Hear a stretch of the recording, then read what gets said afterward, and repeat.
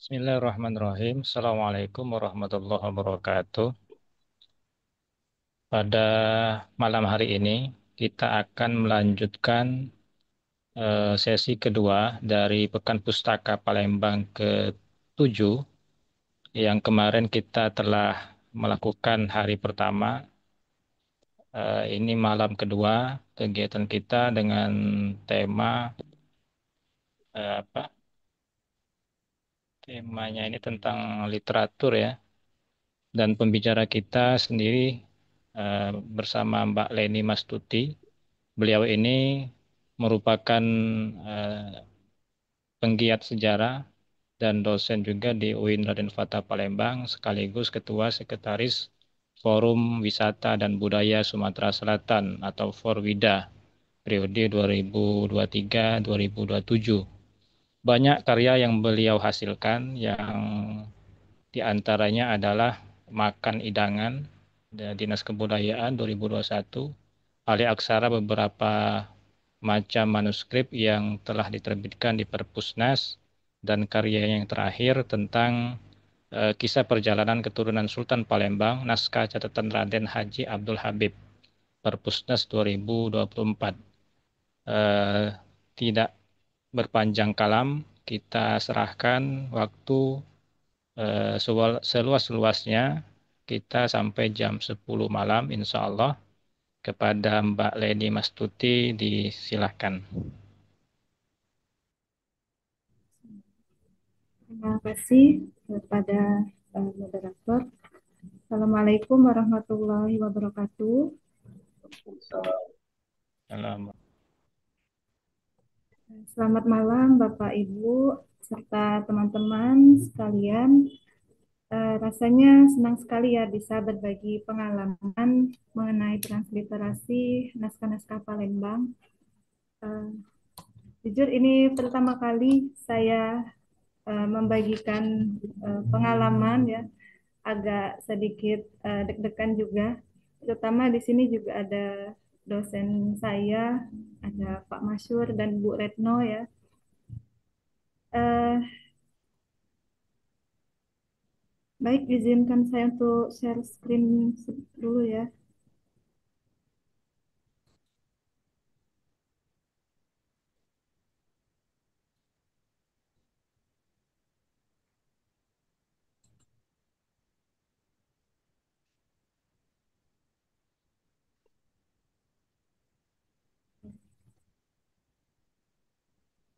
Apakah sudah tampil? Ya, sudah.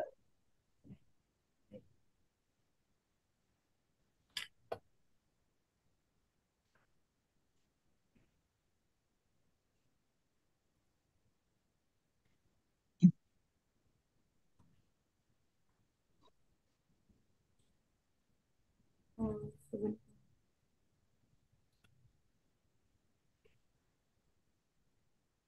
Baik, di sini eh, selama saya menggeluti naskah-naskah, terutama saya di sini mengkaji beberapa naskah koleksi dari Kesultanan Palembang Darussalam. Jadi untuk pengalaman yang saya bagikan malam ini fokusnya lebih kepada naskah-naskah Kesultanan Palembang Darussalam. Nah, em, naskah yang saya transliterasikan ini salah satu upaya saya untuk menjaga warisan sejarah dan budaya agar tetap hidup di tengah masyarakat kita saat ini. Karena banyak sekali generasi muda yang mungkin tidak familiar ya dengan tulisan uh, Arab Melayu atau aksara Jawi ini. Nah,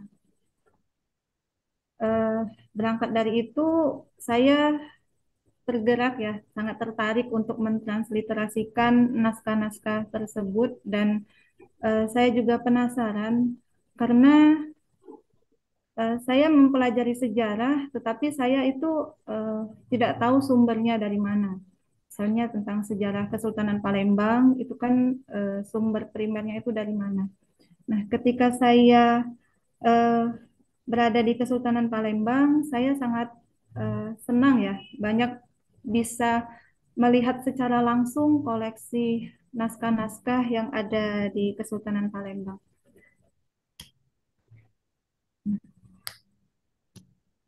Sebelum sebelum saya apa ya? Sebelum saya berbagi bagaimana proses saya mentransliterasikan naskah-naskah Palembang, eh, di sini salah satu mengapa menjadi sangat penting ya transliterasi naskah Palembang. Yang pertama untuk membuka akses pembaca, kemudian untuk menjaga keaslian dan makna naskah itu sendiri, serta melestarikan warisan budaya, dan untuk mempermudah para peneliti-peneliti selanjutnya, serta mencegah hilangnya pengetahuan.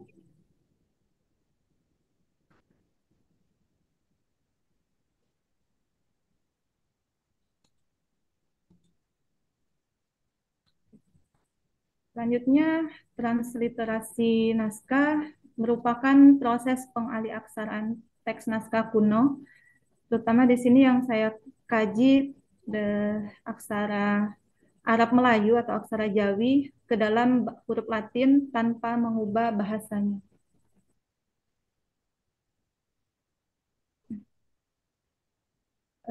Seperti yang sudah saya jelaskan tadi sebelumnya, mengapa naskah Palembang ini penting? Karena merupakan sumber sejarah dan budaya yang sangat berharga bagi memahami jejak kejayaan Kesultanan Palembang, serta di dalamnya juga tersimpan nilai-nilai agama, adat istiadat, pengetahuan lokal, dan identitas masyarakat Palembang itu sendiri. Nah, setiap lembar naskah ini bukan sekedar hanya tulisan ya, tetapi juga cerminan pandangan hidup serta kearifan dan tradisi yang harus diwariskan dari generasi ke generasi. Nah, berikut ini beberapa proses transliterasi yang saya pelajari, bahkan juga sampai saat ini juga saya masih terus untuk belajar ya bagaimana mentransliterasikan naskah-naskah Palembang eh, yang baik. Kadang juga saya banyak kesulitan dalam mentransliterasikan naskah tersebut. Nah, langkah yang pertama saya ada inventarisasi naskah, yaitu mengidentifikasi naskah, sumber dan kondisi fisik, kemudian digitalisasi, memotret atau memindai naskah tersebut agar aman, karena naskah-naskah ini kan sangat rapuh. Kalau selalu disentuh atau dipegang itu takut merusak naskah itu sendiri. Yang selanjutnya pembacaan aksara asli, yaitu belajar membaca maupun mengenal huruf-huruf aksara Jawi. Kemudian selanjutnya juga saya melakukan alih aksara, yaitu memindahkan huruf aksara Arab Melayu ke huruf Latin. Dan selanjutnya untuk memudahkan dalam memahami bahasa Melayu, terutama Melayu pada zaman dahulu, saya juga melakukan alih bahasa ke beberapa naskah, kemudian melakukan penyuntingan kalau ada perbaikan kesalahan ketik yang saya lakukan. Kemudian saya melakukan publikasi ataupun dokumentasi terhadap naskah-naskah yang sudah saya transliterasikan dan saya alih bahasakan. Nah, di sini salah satu yang saya lakukan ini naskah yang ditulis oleh Raden Haji Abdul Habib, cucu dari Sultan Mahmud Badarudin II. Langkah yang pertama ada inventarisasi naskah. Saya mengidentifikasi naskah eh, untuk mengetahui isi naskah tersebut, mengetahui lebih dalam tentang naskah, kemudian ada sumber naskah dan menilai kondisi fisik naskah. Nah, di naskah ini eh,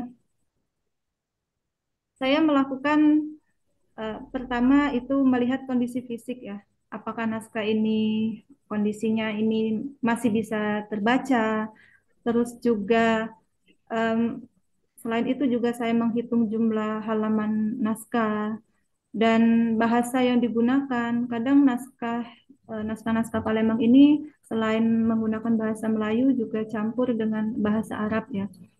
Nah, kemudian eh, bisa di sini bisa dilihat ya. Dari naskah ini teks yang ditulis saya mendeskripsikannya menggunakan menggunakan aksara Jawi dengan bahasa Melayu. Kemudian media yang digunakan menggunakan kertas berwarna kuning kecoklatan tanpa cap kertas atau watermark. Dan tinta yang digunakan di naskah ini ada dua warna, tinta warna hitam dan merah sebagai penanda bagian-bagian tertentu. Nah, ukuran teks setiap halaman ini berbeda-beda dan tidak seragam ya. Ada yang kadang memenuhi halaman kertas, kadang hanya sebagian. Nah, secara fisik naskah ini setelah dilakukan pengukuran memiliki ukuran 24 panjang 24,5 cm dan lebar 17,5 cm dengan jumlah keseluruhan 38 naskah.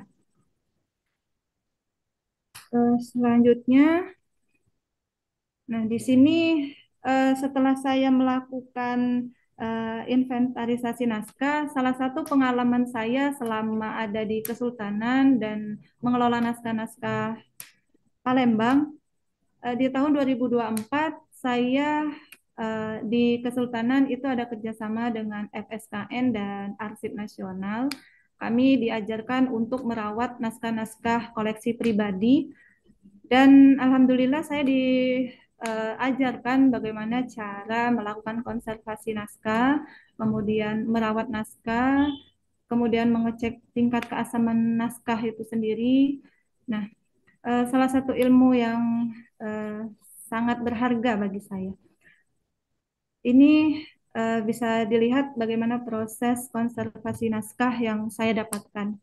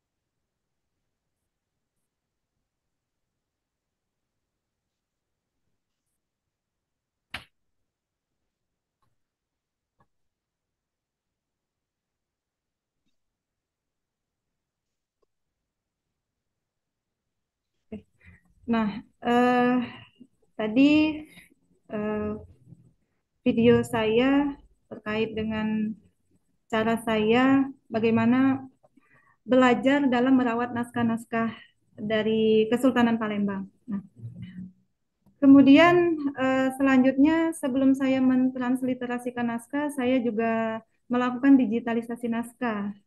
Nah, ini agar mempermudah saya untuk mempermudah dalam mentransliterasikan naskah.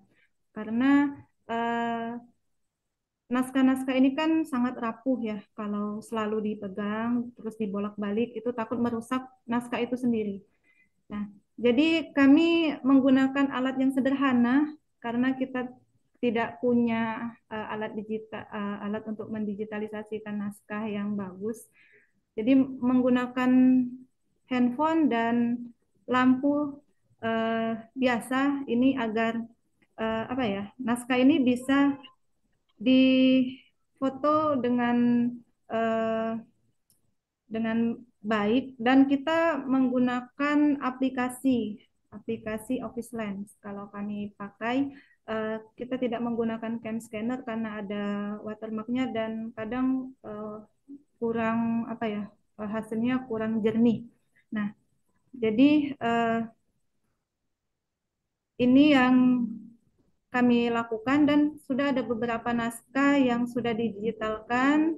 Ada lebih dari 30 lebih naskah yang sudah kami digitalkan dan eh, naskah-naskah tersebut eh, kalau kita ingin teliti ataupun mau kita transliterasikan, kita bisa eh, membukanya atau membuka file PDF-nya tanpa menyentuh fisik naskah. Nah, ini beberapa contoh naskah-naskah yang sudah kami digitalkan. Ada naskah yang terkait dengan perhitungan tanggal Hijriah ke tanggal Masehi, kemudian perhitungan tanggal Masehi ke Hijriah, dan ada sejarah Kesultanan Palembang. Dan masih banyak lagi naskah-naskah yang sudah kita digitalkan.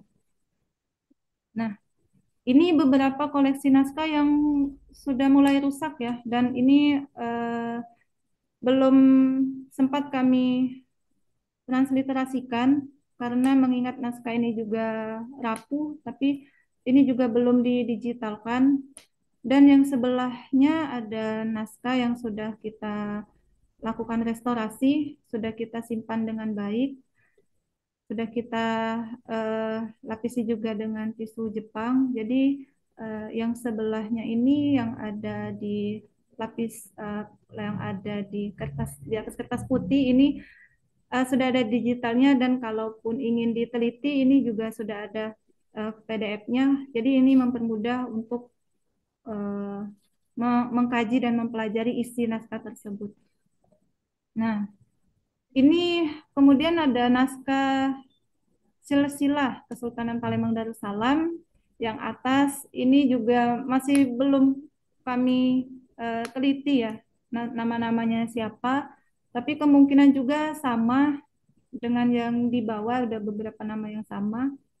Dan eh, naskah silsilah ini yang di bawah ini ukuran naskahnya ini lebih kurang 2 meter panjangnya dan lebarnya eh, lebih kurang itu 40 cm kalau tidak salah.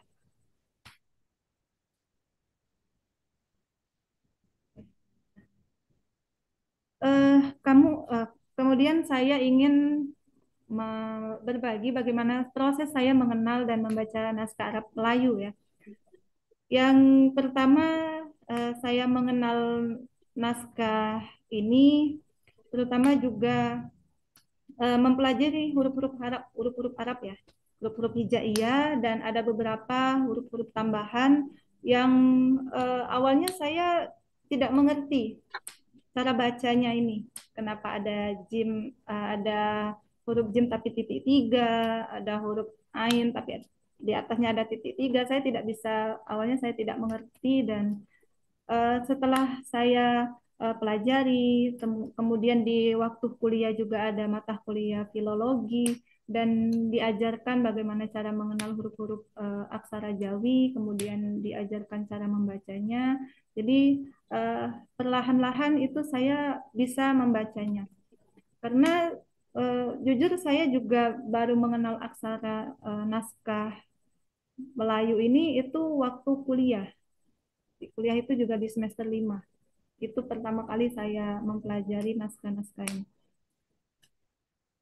Nah, kemudian eh, ketika ada kata-kata yang salah atau kata-kata yang sulit saya pahami, saya tuh eh, mencari kata-kata yang mungkin diulang-ulang di dalam naskah tersebut. Jadi saya tandai, kemudian mungkin saya kalau tidak tahu saya juga sering bertanya kepada orang yang lebih tahu dari saya dan dari situ juga saya semakin tertarik ya dengan naskah-naskah Melayu ini.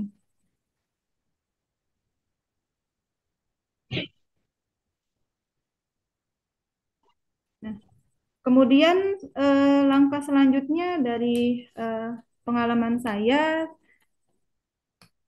melakukan latihan dengan naskah asli. Karena setelah mempelajari naskah-naskah atau hanya melihat dan cuma tahu huruf-hurufnya, tanpa saya melihat naskah aslinya langsung ataupun belajar mentransliterasikannya, saya rasa itu masih belum cukup ya.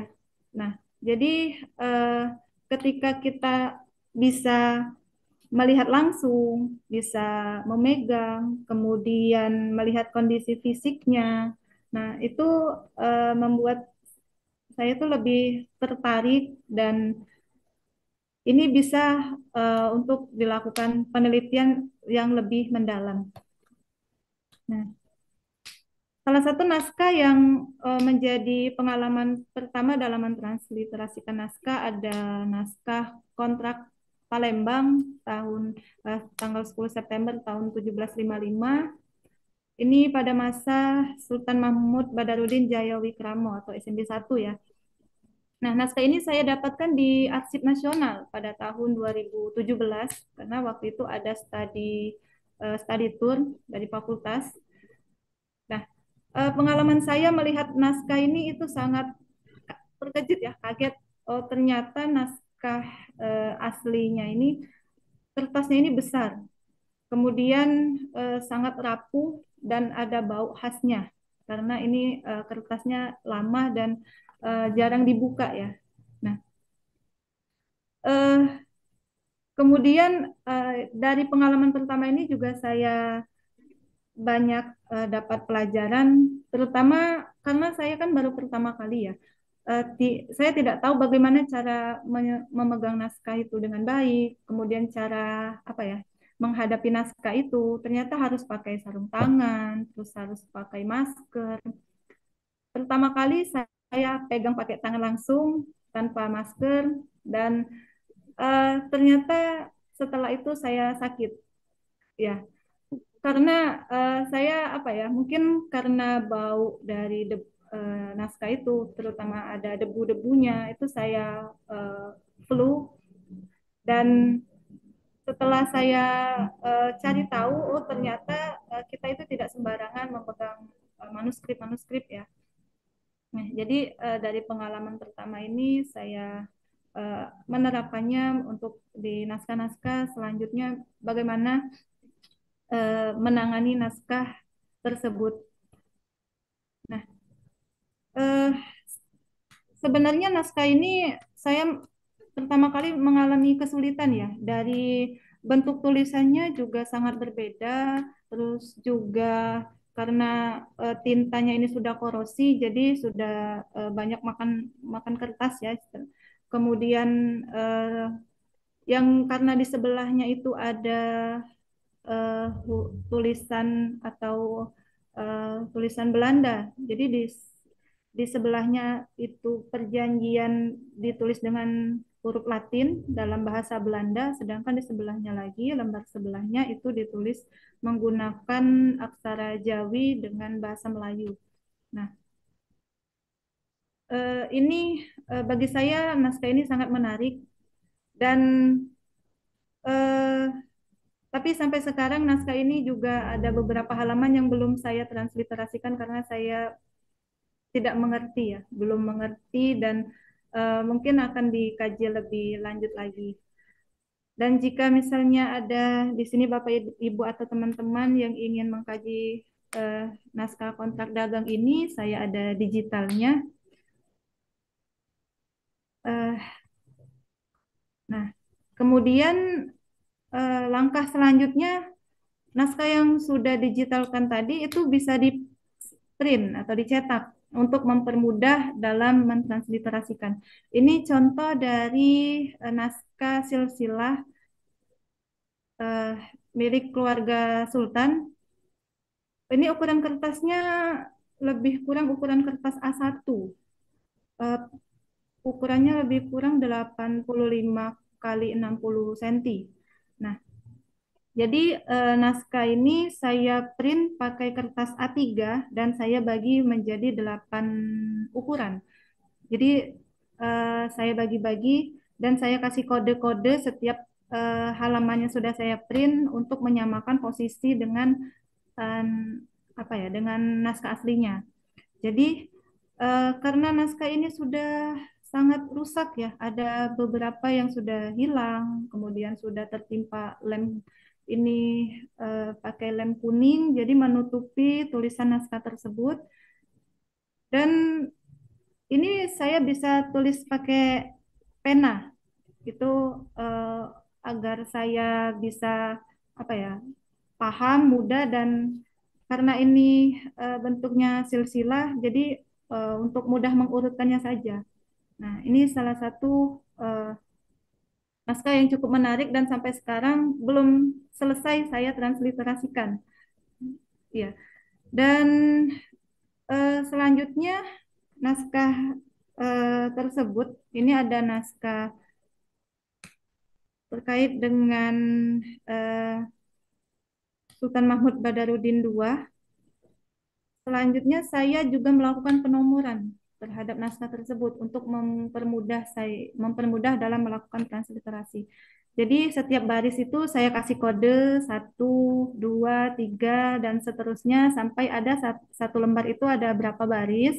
Misalnya ada 20 baris, saya tulis di sampingnya itu sampai 1 sampai 20. Nah, ini untuk menandai kalau misalnya saya ini ingin mengulang membaca kembali jika ada kata-kata yang kurang bisa dimengerti. Jadi bisa melihat kodenya melalui penomoran di samping baris naskah tersebut. Seperti ini contohnya.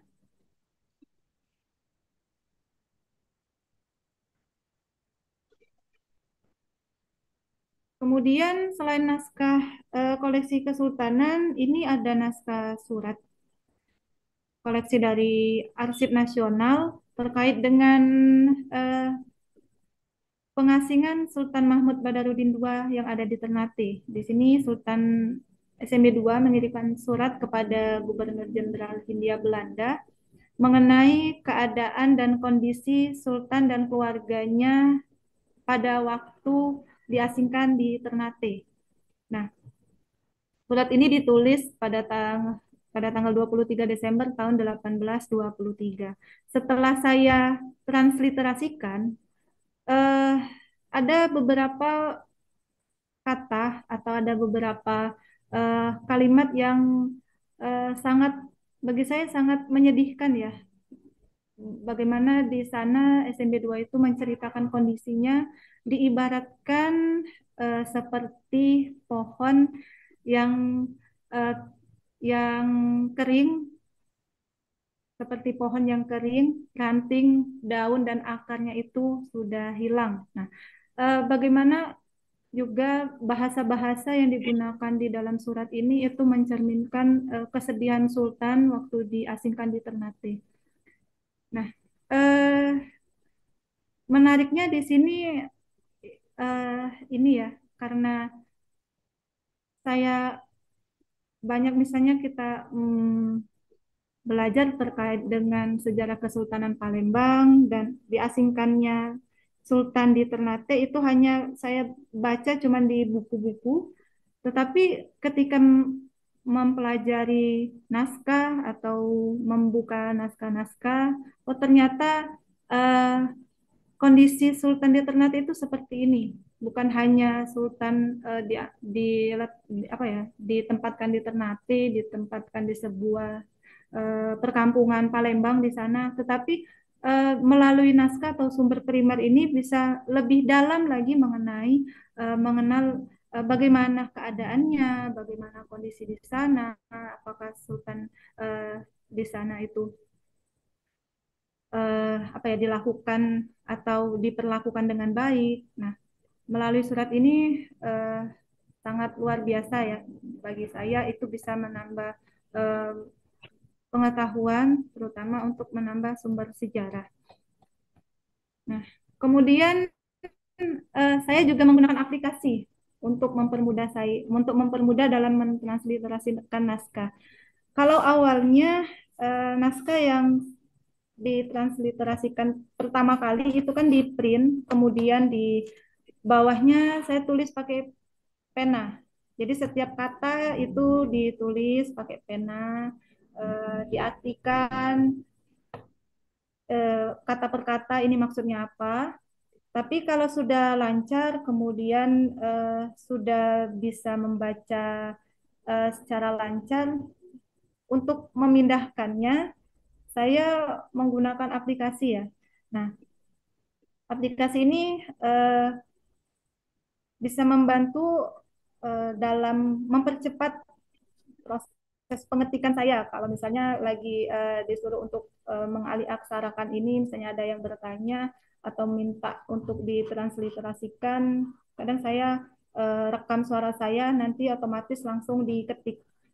Tapi ini juga bukan semerta-merta langsung eh, apa ya, copy paste dari sana tapi langsung dipakai, tapi langsung di apa ya, diperhatikan lagi kalimatnya, kata-katanya benar atau tidak, dibaca ulang lagi dan disamakan dengan naskah aslinya. Nah, eh, dan kemudian dalam saya melakukan penulisan transliterasi, saya ada beberapa metode dan beberapa tanda untuk mempermudah ya. Misalnya saya menggunakan tanda garis miring. Ini untuk menunjukkan penomoran baris setiap teks atau setiap naskah atau setiap baris yang untuk membedakan setiap baris atau halaman. Kemudian ada tanda titik dan koma untuk mempermudah memahami kalimat. Kadang naskah ini kan isinya itu apa ya, tidak ada titik komanya. Kadang kalau saya kebingungan itu apakah ini kalimatnya nyambung atau kalimatnya ini ada jedanya, saya pakai eh, tanda. Kemudian ada beberapa eh, kalimat yang saya pakai eh, atau saya miringkan, seperti ada misalnya kosakata campuran, misal ada kata-kata atau bahasa Arab yang digunakan dalam naskah tersebut atau eh, istilah-istilah Arab, jadi saya miringkan. Kemudian misalnya ada tanda titik-titik, jadi itu menandakan bahwa saya eh, tidak, atau naskah tersebut tidak terbaca, atau bisa juga naskah tersebut hilang atau robek atau rusak ya, dan mungkin kalimat atau kalimat dalam naskah tersebut sulit untuk dimengerti atau dibaca. Nah, kemudian ada huruf kurung, ini menandakan kata-kata hasil dari perkiraan penulis. Jadi kadang kan bahasa Arab, bahasa Melayu ini ada beberapa kata-kata mungkin yang sama dan kadang saya menerka-nerka. Jadi kalau misalnya ini kira-kira ini benar atau tidak, artinya seperti ini, tapi saya merasa ragu, jadi saya masukkan di dalam kurung. Nah, kemudian misalnya ada kata-kata yang mungkin eh, apa ya, yang tidak lazim yang digunakan. Contohnya ada dalam satu naskah itu menyebutkan Belanda, tetapi ditulis di dalam aksara Jawi itu tulisannya kalau dibaca itu Ulanda, ada Olanda. Jadi kadang saya buat di catatan kaki, jadi maksudnya ini Belanda. Nah, seperti itu. Nah, ini hasil transliterasi naskah yang ditulis oleh Raden Syarif bin Raden Haji Abdul Hatib bin Pangeran Haji Prabu Diraja dan bin Alamarhum Sultan Mahmud Badarudin II. Nah, isi naskah ini bagi saya sangat menarik karena uh, isinya bercerita tentang raja-raja Palembang atau raja-raja yang memerintah di Bukit Siguntang. Nah, eh, izin saya bacakan hasil transliterasinya. Baris pertama, telah diriwayatkan bahwa sesungguhnya suatu raja yang memerintah di atas tahta kerajaan di tanah Palembang daripada zuriat Raja Iskandar, dan nama raja itu Raja Sulani. yaitu beranak dua orang laki-laki, dan yang tua dijadikannya memerintah di Bukit Siguntang, dan ialah yang dinamakan Sultan Alim, dan yang muda dijadikannya memerintah di Gunung Meru, dan ialah yang dinamakan Sultan Mungni. Syahdan, di antara beberapa lamanya, Raja Sulani itu pun wafatlah, dan Sultan Alim tetaplah di dalam kerajaan, dan ialah Sultan Mugni itu tiada sekali-kali mau menghadap Sultan Alim. Nah, ini ada satu kata atau satu kalimat yang saya kurung. Saya kalau dibaca ada saya buat hati atau mungkin hatta ya. Saya kurang paham, jadi saya tandakan seperti ini.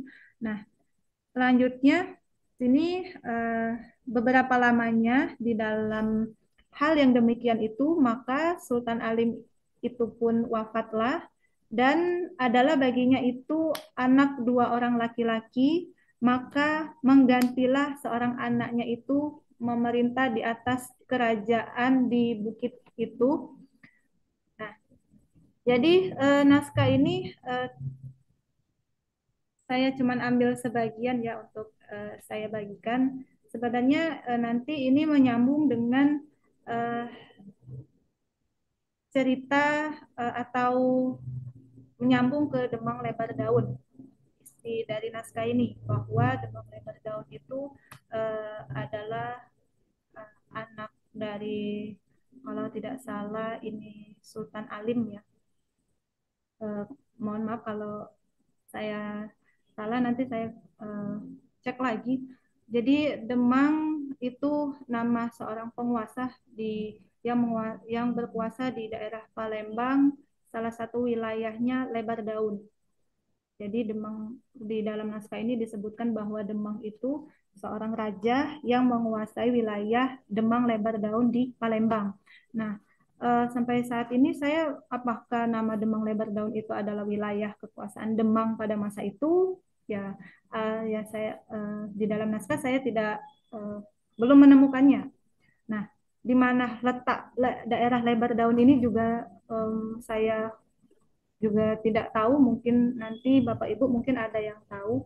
Sedangkan di dalam naskah ini cuma diceritakan bagaimana perjalanan ataupun silsilah dari eh, raja-raja yang berasal dari Bukit Siguntang.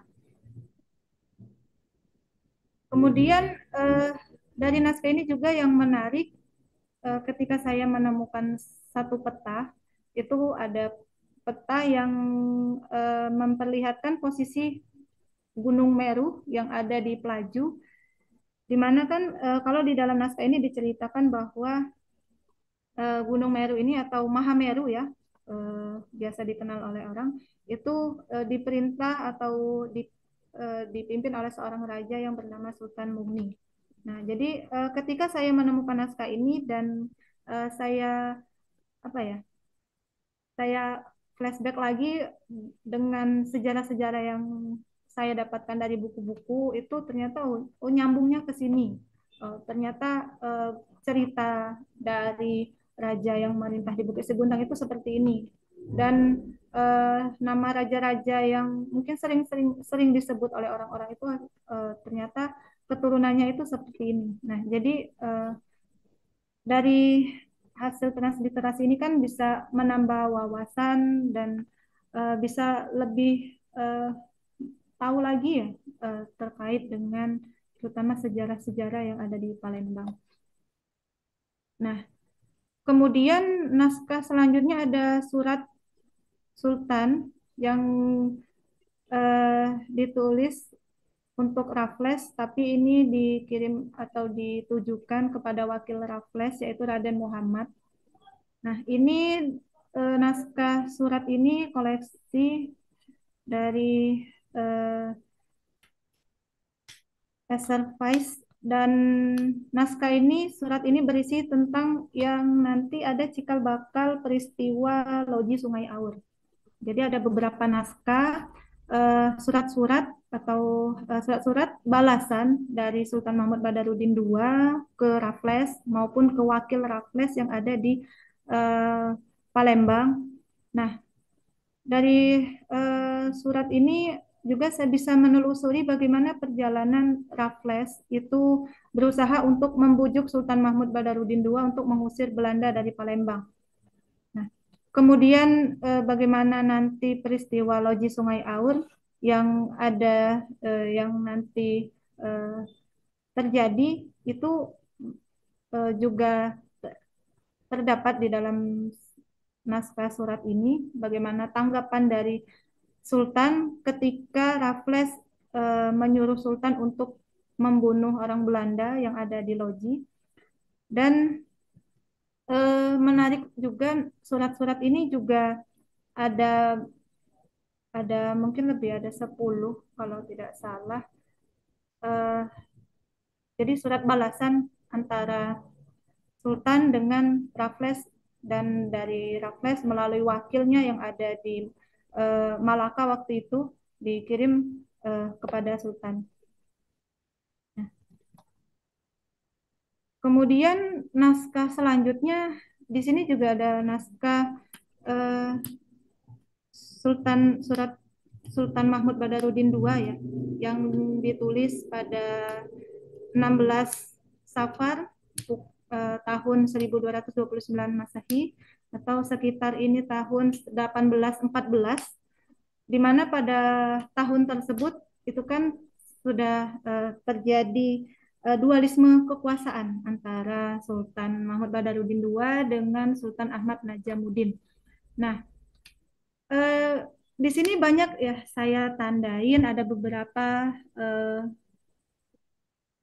apa ya di sini yang di kode yang pertama atau baris pertama itu saya tandain dengan huruf italik atau hurufnya saya miringkan karena eh, apakah ini benar atau tidak juga saya taruh di dalam kurung ya. Nah, kemudian di baris kedua karena naskahnya ini eh, surat ini kan dilipat. Jadi bekas lipatannya itu rusak, robek dan tidak terbaca. Jadi banyak titik-titiknya, jadi banyak kosongnya. Dan eh, ini juga ada salah satu nama dari kolonel, mungkin ini diperkirakan kolonel Inggris ya, tapi namanya ini nama seorang kolonel. Jadi saya tandain, saya takut salah membacanya, apakah benar atau tidak itu. Jadi saya langsung eh, saya crop di bagian nama saya taruh di sana. Nah, isi surat ini terkait dengan utusan atau anak dari Sultan Mahmud Badarudin II yang pulang dari Betawi, tetapi ditahan oleh Sultan Ahmad Najamuddin di daerah Sungsang. Jadi selama 4 hari putusan dari SMB 2 ini tidak diperbolehkan untuk masuk ke wilayah Palembang, ditahan di Sungsang dengan dijaga oleh beberapa pangeran, menteri-menteri, kemudian 4 kapal yang berisi senjata-senjata. Nah, Sultan ini mengirim surat memberitahu pemerintah Inggris pada masa itu di Betawi bahwa agar anak ataupun utusan dari Sultan ini yang ditahan di Sungsang ini agar dilepas dan bisa masuk ke Palembang. Nah, juga Sultan di dalam surat ini menceritakan bagaimana hambatan-hambatan yang mereka alami ataupun gangguan-gangguan yang mereka alami pada masa itu. Ini panjang sekali ya, artinya walaupun satu baris ini terlihatnya sedikit, tapi kalau ditransliterasikan itu sampai berapa baris. Ini kalau saya ketik biasa itu sampai 2 halaman satu naskah surat ini. Nah, kemudian kendala yang saya hadapi dalam menulis tentunya sangat banyak dan eh, walaupun kendala-kendala tersebut saya alami, tapi tidak menutup kemungkinan saya untuk berhenti untuk selalu mentransliterasikan naskah ataupun mempelajari naskah ini.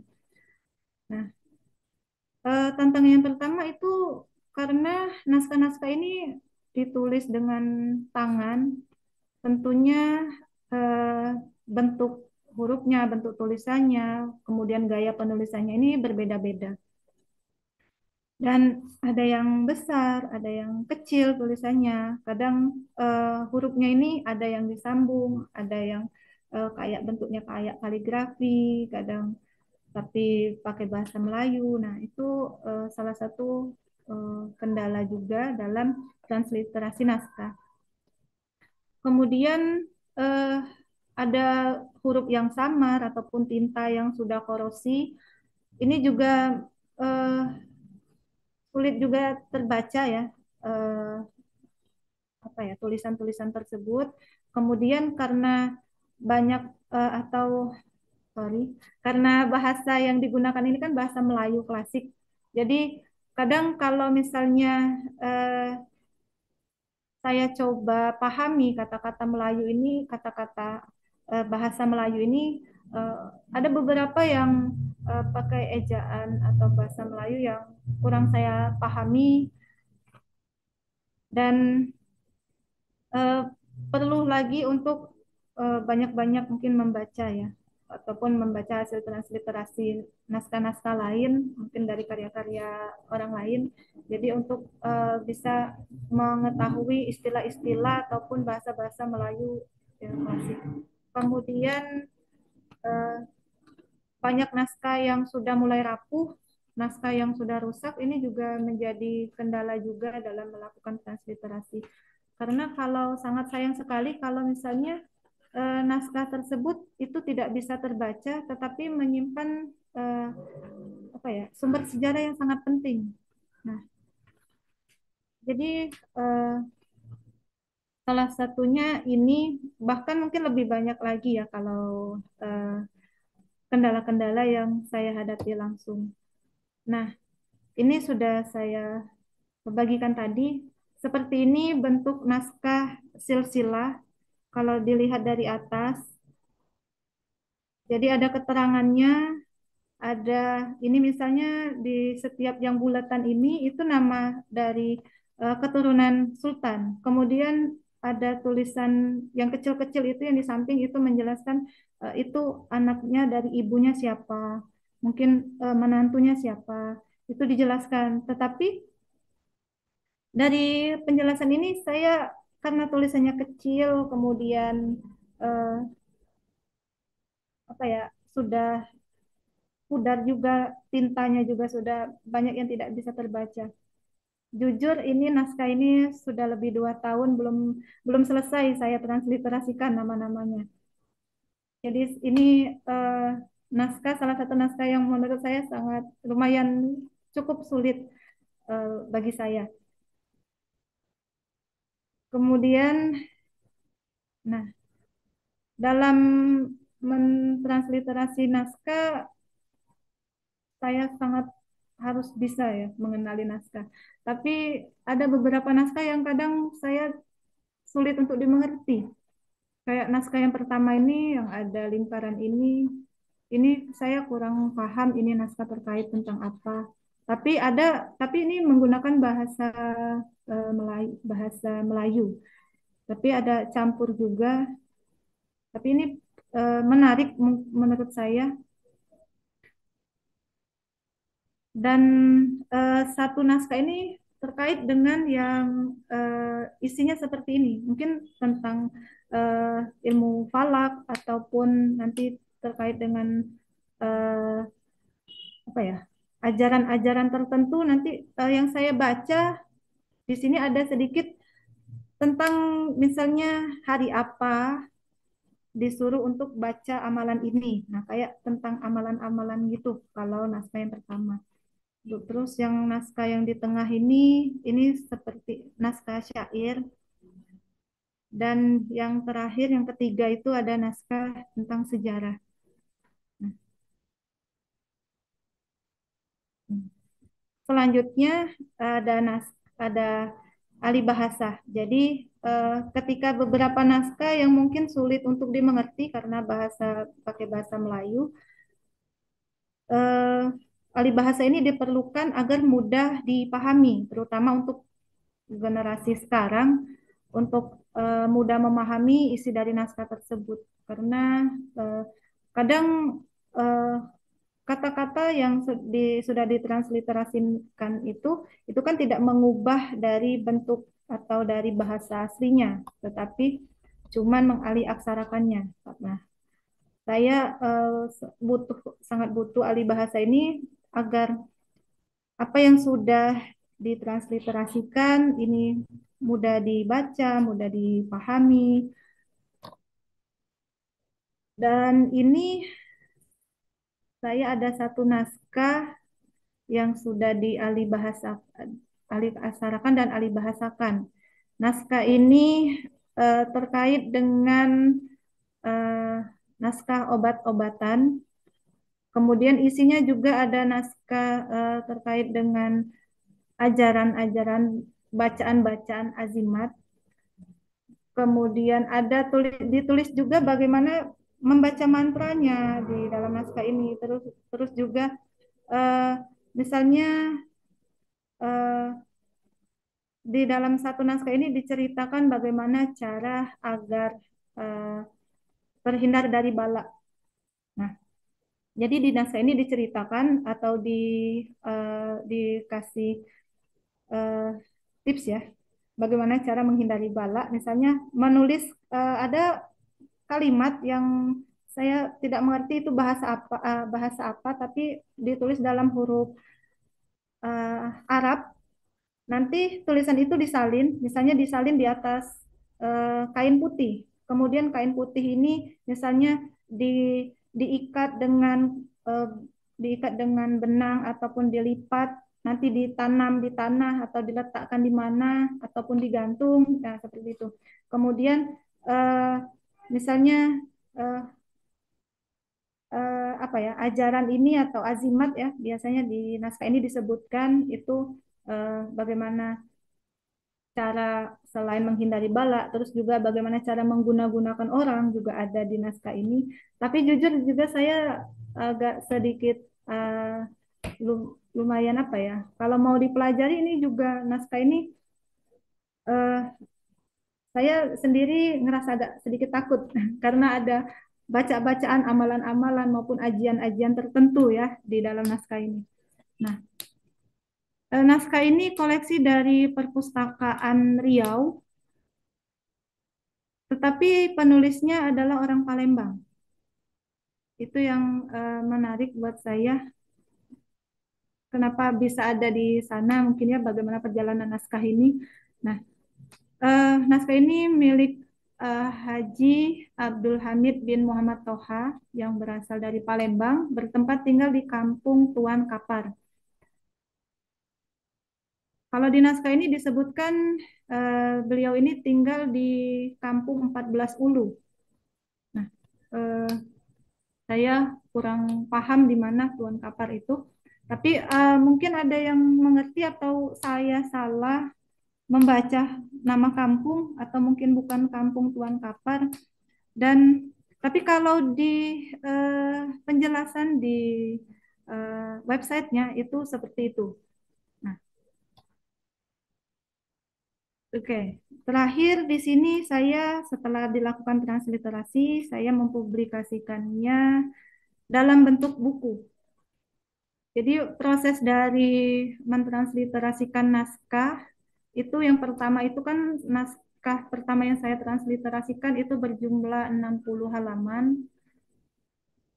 Cukup lama saya mentransliterasikannya, lebih kurang 5 sampai 6 bulan hingga menjadi bentuk buku ini.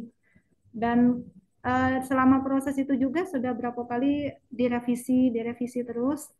Dan walaupun sudah eh, dibuatkan buku seperti ini, ketika saya baca lagi, oh ternyata ada juga kata-kata saya juga yang masih salah dalam mengaliaksarakan naskah ini. Ada beberapa mungkin penulisan nama orang yang salah, kemudian istilah-istilah beberapa kata-kata itu ada yang salah. Jadi bagi saya ini harus banyak-banyak diulang-ulang lagi ya. kemudian ini naskah yang tadi saya buat bersama teman saya karena saya tidak mengerti bahasa Arab, jadi saya yang mengalih bahasakannya dari eh, bahasa Melayu ke bahasa Indonesia, sedangkan teman saya itu dari bahasa Arab ke bahasa Indonesia. Jadi setelah kami pelajari, kami kaji, naskah ini berjumlah 108 halaman. Cukup banyak dan eh, kami buat judul naskah mujarobat dan surat obat-obatan. Jadi ya isinya seperti itu. Kalau Bapak Ibu dan teman-teman tertarik ingin membacanya, silakan. Dan di buku ini juga saya buat apa ya? eh, ada beberapa mungkin ajian ataupun kata-kata ataupun apa ya amalan yang saya tidak mengerti tapi saya masukkan di dalam ini saya crop saya taruh di dalam bukunya. Jadi mungkin ada yang mengerti ini maksud tulisannya apa dan eh, selain itu juga di awal-awal naskah ini juga menceritakan tentang bagaimana berhaji, umroh, doa-doa ibadah, dan di pertengahan naskah itu tentang pengobatan tradisional menggunakan bahan-bahan herbal, dan terakhir baru eh, banyak tentang mantra-mantra dan azimat. Nah, eh, seperti itu isi dari naskah ini.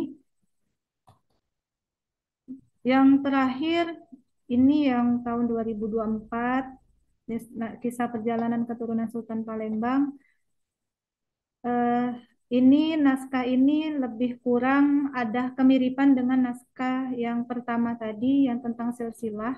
Tetapi kalau kisah perjalanan ini lebih kepada bagaimana keturunan sultan ketika diceritakan dulu sejarah Kesultanan Palembang, kemudian raja-raja yang memerintah, kemudian bagaimana pengasingan sultan, hingga nanti keturunan sultan yang ada di Ternate itu kembali ke Palembang, kemudian perjalanannya kembali ke ada yang ke eh, Maluku, ada yang ke Sulawesi, kemudian ada yang ke Singapura, kemudian perjalanan keturunan sultan ini ada yang ke Mekah.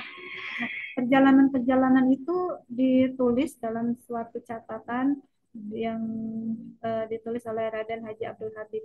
Nah, ini berkisar tahun 1850 sampai 1900. Jadi banyak sekali anak cucu keturunan dari Sultan Palembang itu ditulis di sini mulai dari tanggal lahirnya, lahirnya di mana, tinggalnya nanti di mana, kemudian apa yang dialami mereka di tahun-tahun tertentu ataupun kesulitan-kesulitan yang mereka alami selama dalam proses pengasingan tersebut. Oke, terima kasih.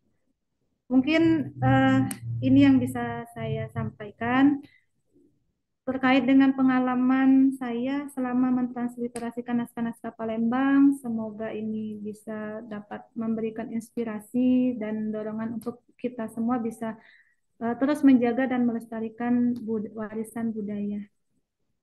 Saya kembalikan kepada moderator. Ya, terima kasih kepada Mbak Leni telah memaparkan pengalamannya selama mentransliterasi naskah-naskah koleksi Kesultanan Palembang.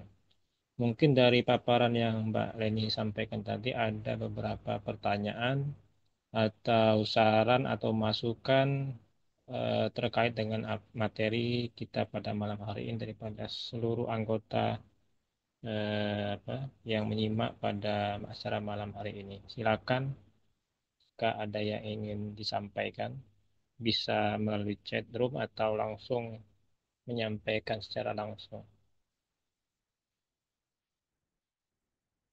Di sini ada satu pertanyaan mungkin atau tanggapan ya dari Bang Suryan Bangka. Beliau itu eh, mungkin ini tanggapan ya.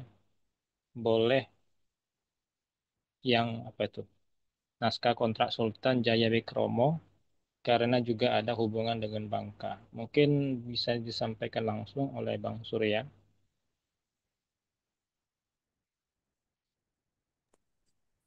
Baik, terima kasih Ustaz Bedudin. Ya, silakan Bang. Izin bicara ya.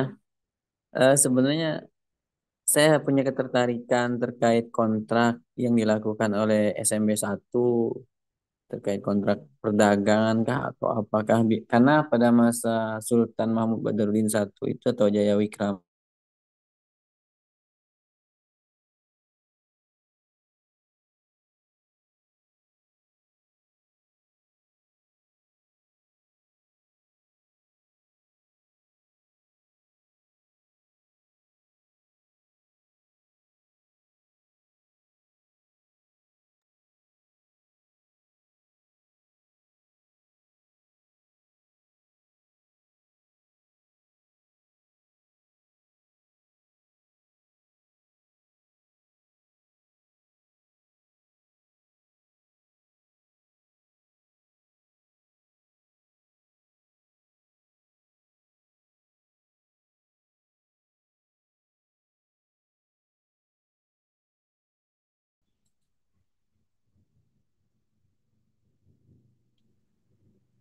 Halo Bang Surya, apa masih ada di room?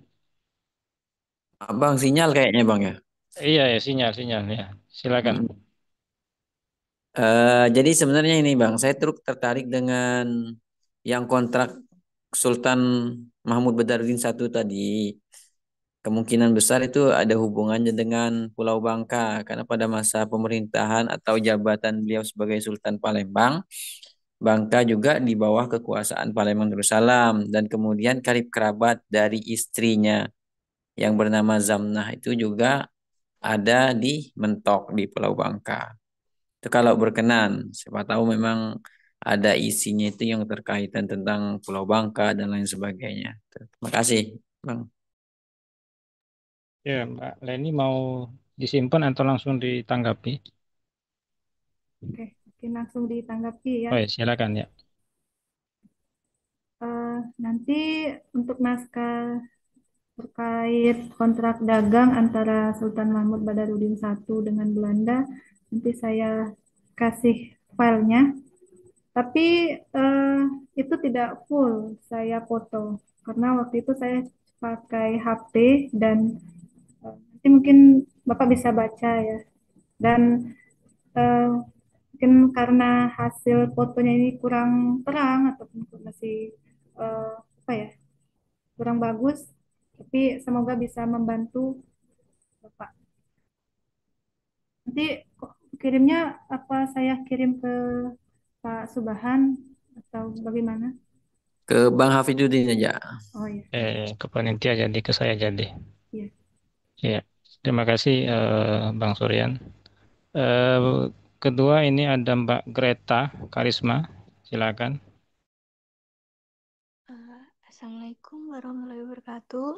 Waalaikumsalam. Terima kasih Ibu Leni atas pemaparannya. Sangat menarik menceritakan pengalaman tentang ahli aksara naskah Palembang. Saya tertarik dengan pemaparan Ibu terkait nama-nama istilah yang mungkin belum diketahui lokasinya sekarang atau toponim yang belum tahu. Apakah mungkin di naskah-naskah Palembang yang lebih tua ada juga ditemukan naskah-naskah dengan nama yang sama sehingga itu bisa ditelusuri atau juga apakah ada arsip-arsip terkait peta Palembang di masa lalu yang memungkinkan nama itu bisa diketahui. Eh, Selanjutnya saya juga ingin tahu dalam mengalih aksara naskah-naskah Palembang, apakah ada kamus Melayu tertentu yang dijadikan acuan dalam alih aksara? Misalnya, setahu saya ada kamus dari Wilkinson yang merupakan salah satu naskah Jawi yang berupa menyediakan aksara Melayunya dan Latinnya. Terima kasih, Ibu. Ya, silakan Mbak Leni. Terima kasih Mbak Teresa. Eh, Maksudnya tadi naskah nama nama itu yang ini ya, yang silsilah ya. Yang apa nama tempat Oh, le- yang oh ya. terkait dengan ini Demang lebar sejarah daun. raja-raja Palembang ya. Iya, iya. Oh ya. Kalau naskah tersebut saya baru menemukan dua naskah terkait dengan nama-nama Raja Palembang yang nanti yang menarik itu kan biasanya eh, nama Demang Lebar Daun itu kan mungkin disebut dong Demang itu sebagai eh, Demang Lebar Daun itu satu kesatuan. Tapi ternyata Demang itu adalah nama seorang raja yang memerintah di Lebar Daun.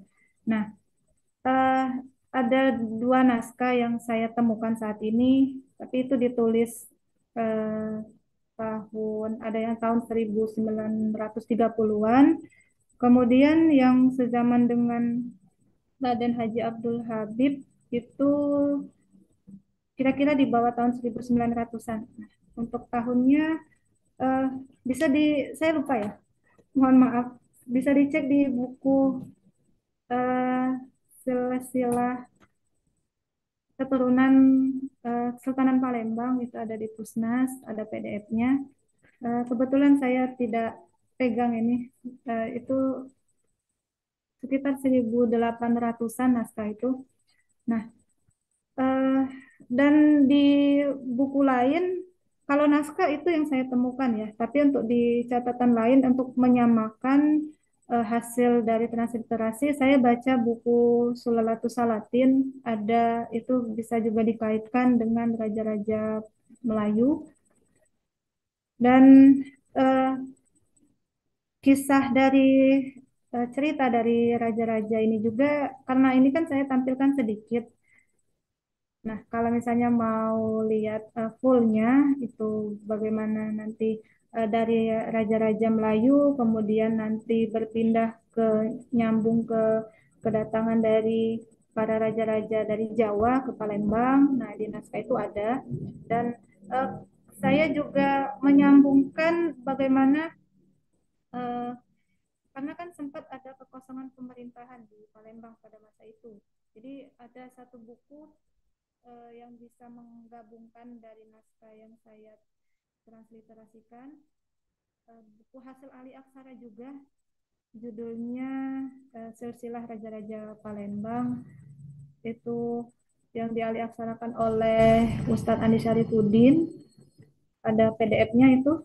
Nah, itu nanti menceritakan eh, bagaimana kondisi Palembang eh, ketika sebelum atau pada masa Raden Arya Dila, kemudian pada masa eh, Majapahit menguasai Palembang.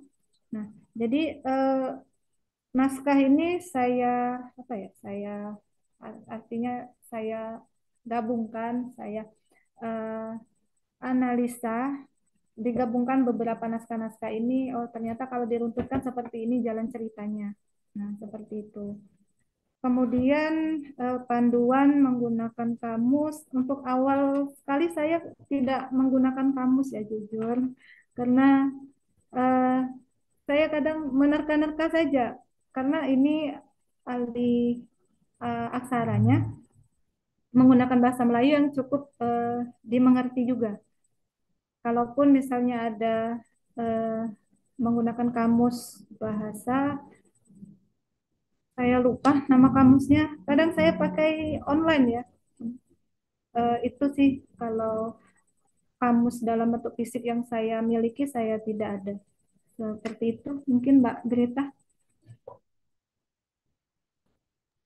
Baik, Ibu ingin mengklarifikasi berarti dalam naskah-naskah Palembang itu mungkin karena zaman sekarang masih bisa mengetahui pada abad ke-18 secara kosakata masih relatif sama dengan yang digunakan masyarakat pada zaman sekarang ya Ibu, tidak ada kata-kata yang arkais begitu. Oh, baik ya. Untuk kata-kata yang digunakan itu mungkin tidak seperti bahasa Indonesia sekarang. Kadang kalimatnya, kata-katanya itu kan kalau misalnya kita baca itu kan ada yang em, bolak-balik mungkin ya, tidak runtut seperti itu. Kemudian ada istilah-istilah yang eh, apa ya, mungkin kurang familiar kita dengar. Nah, tapi eh, tadi terus di contoh transliterasi naskah itu kadang banyak kata-kata pengulangan. Kalau misalnya contoh yang di surat tadi, surat Sultan itu kan banyak kata-kata puji-pujian kepada pemerintah Belanda. Kemudian eh, dalam isi naskah juga ada kata-kata yang apa ya? Mungkin anak zaman sekarang mungkin orang zaman sekarang mungkin kurang familiar, tapi kalau misalnya kita sering baca, kita sering mentransliterasi, nah kata-kata tersebut juga nanti kita pahami sendiri, bisa juga membuka kamus eh, yang Mbak Greta sebutkan tadi, tapi kalau saya mungkin itu ya kekurangan saya. Kadang saya tidak pakai kamus dan itulah ada beberapa istilah yang kadang saya tidak tahu, saya langsung bertanya kepada orang yang paham gitu, kadang itu ya. Mudah ya Ibu, iya. Iya, Baik, siap. Ya, makasih banyak Ibu atas wawasannya. Saya jadi tahu tentang naskah Palembang. Baik, terima kasih. sama-sama. Ya, terima kasih. Ya, silakan Pak Dr. Masyhur. Baik, terima kasih. Mohon maaf tadi Robert jadi hilang, putus hubungan ya. Terima kasih Pak Hafiz. Ini, ada Pak Subhan di sini, si Leni ya, narasumber. Saya entah apa bertanya ataukah ini komentar atau apa ya. Pertama, tadi kan sudah ada beberapa eh, yang disampaikan ya Leni, tentang ya semacam kesulitan ya, ada sedikit kesulitan, beberapa kesulitan yang ditemui dalam, karena ini kan cara pengalaman kan. Saya lihat memang si Leni ini sudah banyak sekali ya hasil aksara, ahli aksaranya, karena dia memang dia berada di lumbungnya itu, dia berada di lumbung naskah, jadi banyak sekali naskah yang bisa digarap sama dia gitu kan. eh, Pertama, apa istilahnya tadi, nah termasuk ada kaitan juga dengan pertanyaan dari Mbak Greta yang terakhir gitu ya. eh, Apakah Mbak Leni itu menggunakan kamus dan seterusnya? Kalau pertanyaan saya yang mungkin sejenis itu ya, apakah dalam membaca naskah-naskah itu Mbak Leni itu berpatokan kepada apa ya, semacam pedoman lah ya, semacam pedoman, karena memang itu adalah aksara Jawi ya. Bagi saya aksara Jawi ini khas dia bahasa Indonesia bukan, karena tulisan ya, saya katakan bahasa Indonesia bukan itu karena tulisannya bukan Latin kan gitu. Bahasa Arab juga enggak gitu kan. Kalau bahasa Arab mungkin Bang Hafiz lebih tahu itu ya. Bahasa Arab itu mudah sekali sebetulnya untuk membacanya, itu malah malah baku dia, asal memahami kaidah nahwu sorobnya. Jadi dia tidak akan bisa diterka, tidak akan bisa multitafsir gitu kan kalau bahasa Arab, asal nahwu sorobnya tahu. A ya a, iya i, u ya u kan gitu. Kemudian bahasa Indonesia ya saya katakan tadi Latin ya juga sudah. Nah sementara Jawi ini dia ya bisa bisa multitafsir, bisa diterka-terka. Jangankan orang yang membaca, yang ya artinya yang mengalih aksarakan saja itu eh, mungkin dapat kebingungan. Tadi contoh ya disampaikan sendiri oleh ini, saat ada dalam kata hati tadi gitu kan. Hati, apakah hati ataukah hata? Itu kan dia sendiri bertanya kan. Nah sebetulnya kalau ada pedoman itu tidak akan salah, ya kan? Pasti apakah mau dibaca hati atau dibaca hatta. Sebab pedomannya itu jelas. Kalau huruf I itu pasti ada ya. Kalau huruf U itu pasti ada waw. Kan gitu. Kalau huruf alif biasanya ada, kalau A ada alif. Nah memang kaidah itu, patokan itu tidak melulu harus dipatuhi karena memang dia kadang-kadang menyimpang. Tapi paling tidak maksud saya itu akan meminimalisir kesulitan-kesulitan yang ada. Nah, jadi pertanyaan saya, ini dalam asumsi saya mungkin belum tidak mengikuti pedoman atau tidak membaca pedoman itu. Nah, kalau memang ada, saya pengen tahu kira-kira pedoman yang mana, pedoman apa atau pedoman yang mana yang dipedomani kira-kira seperti itu dalam membaca itu. Itu satu ya, itu satu pertanyaan. Kemudian yang kedua, tadi ada dalam langkah-langkah itu ya, langkah-langkah. Ya, saya lihat langkah-langkahnya itu sudah betul, itu langkah-langkah penelitian filologi, kerjanya filolog lah kira-kira seperti itu. Jadi langkah-langkah filologi. Tapi di situ apakah terlewatkan atau memang tidak ada? Ini juga pertanyaan bagi saya. Tidak ada upaya langkah di situ, proses yang disebutkan di situ, verifikasi. Verifikasi itu maksudnya ya konsultasi lah ya ke yang ahlinya. Jadi kalau ragu-ragu itu ditanyakan karena begini. Tadi ada juga misalnya wabakda, dibaca wabakda. Wabakda itu mungkin sekali lagi Mas Hafid ini kan orang pondok ini lebih tahu dia. Wabakda itu kalau memang dia sifatnya zorob, ya kata zorob zaman itu memang benih bacanya apa pasti bakda. Tapi kalau dalam ungkapan-ungkapan sebelumnya atau ungkapan-ungkapan biasa misalnya dalam pidato amma ba'du itu kan amma ba'du biasanya disingkat wa ba'du saja kan gitu. Jadi itu mungkin bacaannya yang pas itu wa ba'du bukan wa ba'da kan gitu. Nah, ini bisa mengurangi kesalahan kalau diverifikasi kepada yang ahlinya. Yang Arab tanyakan dengan yang Arab, yang Melayu dengan yang Melayu. Saya pernah membaca hasil dari translate alih aksara juga dari yang sudah dicetak oleh Perpusnas. Saya pernah baca sampai saya geleng-geleng bahwa ada di sana syarat-syarat pakaian sultan, pakaian orang-orang kebesaran Melayu itu syaratnya tidak nipis. Itu tetapi dibaca nipas. Di situ ditransliterasi nipas maksud saya. Tidak nipas. Nah, nipas itu kalau dalam bahasa agamanya kan ini orang yang sudah melahirkan kan gitu. Jadi jauh betul ya. Nah, kenapa itu dia tidak terpikir membaca nipis? Karena nipis itu bahasa Melayu. Bahasa Indonesianya tipis. Dia tidak mengatakan bahwa itu tipis, tapi mau dibaca nipis dia tidak tahu bahwa nipis itu maknanya tipis. Sehingga dia dibaca nipas. Saat dibaca nipas itu maknanya jauh sekali, membingungkan bahkan kan gitu.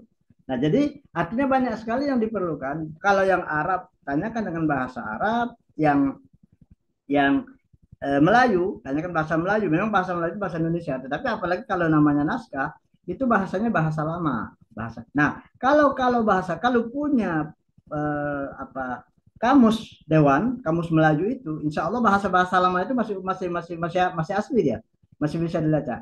Tapi kalau yang melihat kamus bahasa Indonesia, ya bahasanya sudah modern, tidak ketemu yang itu. Jadi patokannya mungkin harus ke kamus bahasa Melayu. Jadi pertanyaan saya tadi cuma itu, pedomannya, apakah ada pedoman? Kalau tidak, saran saya ya diusahakan. Kenapa? Karena ini ada beberapa, sekali lagi pedoman itu tidak mesti harus dipedomani utuh, karena memang kadang-kadang dia ada penyimpangan. Tetapi tidak juga kita boleh mengikuti feeling saja, tidak bisa. Kalau mengikuti feeling saja dia akan liar jadinya. Saya katakan tadi kan, nipis atau nipas itu. Dan yang celakanya, bahayanya, kalau nanti itu membahas tentang obat-obatan, nah itu fatal akibatnya.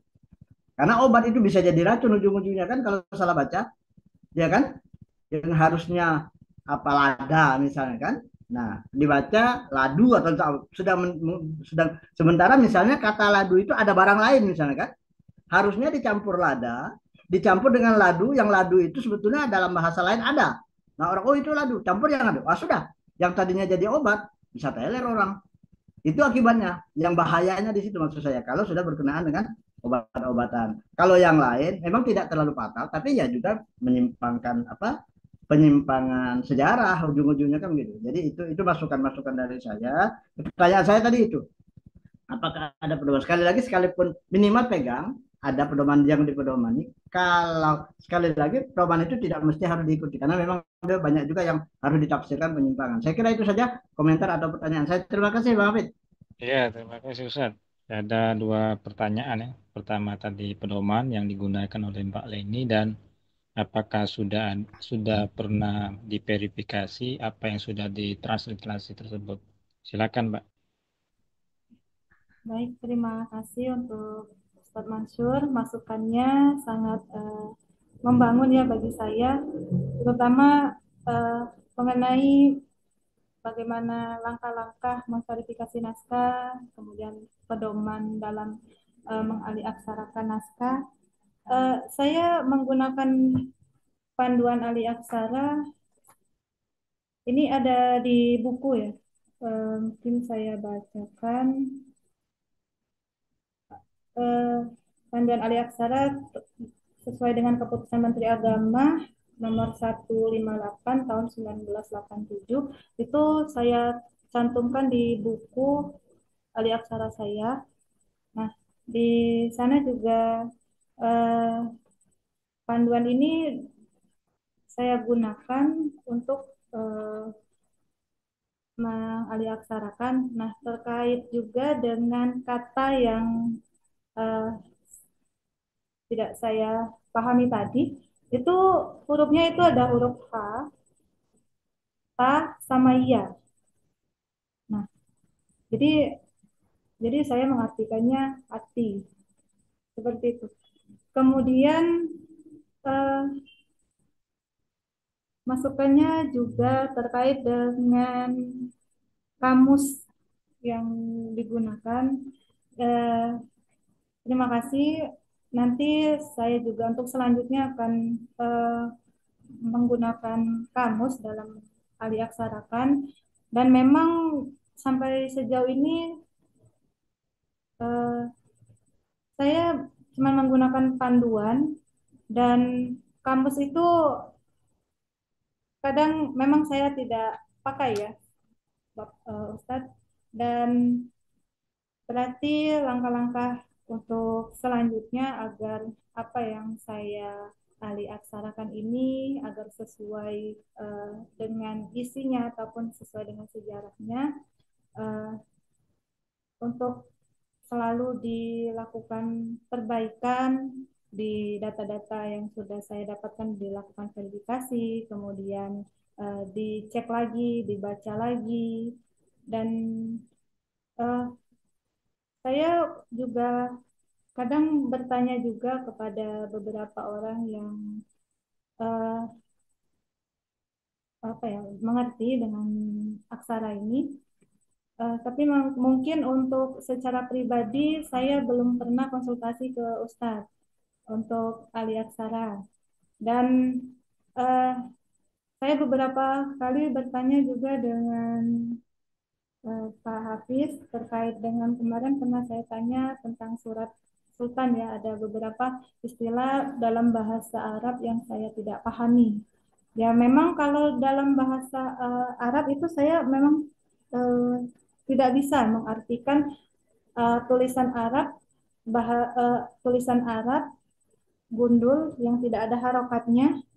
Kalau mau dialiaksarakan ke bahasa Indonesia itu atau ke bahasa Latin saya tidak bisa.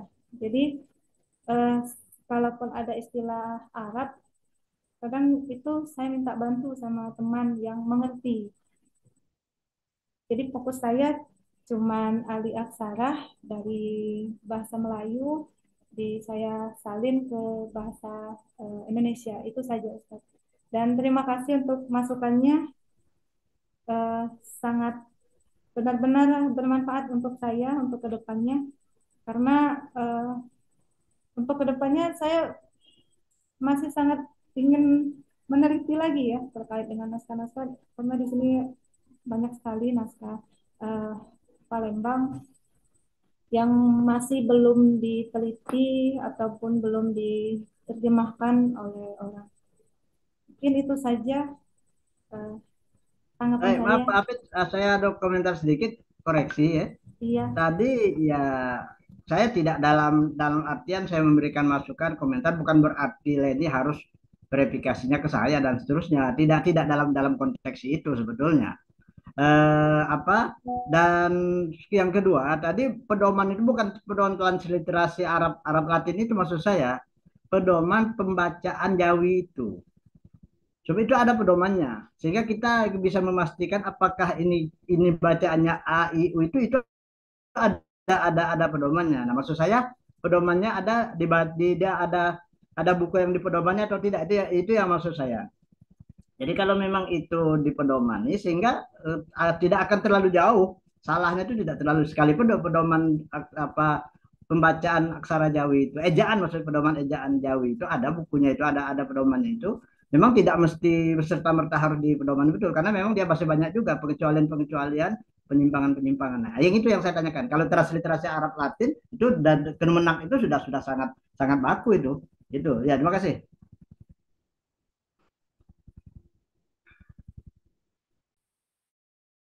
Ya, monggo Mbak Leni. Baik, terima kasih. Untuk sejauh ini saya hanya menggunakan yang panduan dari Kemenak itu, Ustaz.